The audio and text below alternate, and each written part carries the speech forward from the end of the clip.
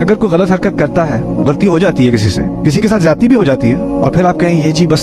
شیطان کا اثر آ گیا تھا میرے اوپر، یہ شیطان جو ہے نا یہ بہت ہی ذلیل مخلوق ہے، اس کی مجھے بھی اس سے بڑی نفرت ہے، میں نے نہیں کیا تھا، اصل میں یہ شیطان کا اثر تھا۔ اب آپ شیطان کو مل کے کوستے ہیں، ساری جو جڑ ہے خرابی کی وہ شیطان ہی ہے۔ اس سے کیا ہوتا ہے، انسان کہتا ہے کہ شیطان کی وجہ سے ہوا، یہ تو شیطان کے اعمال میں سے ہے، تو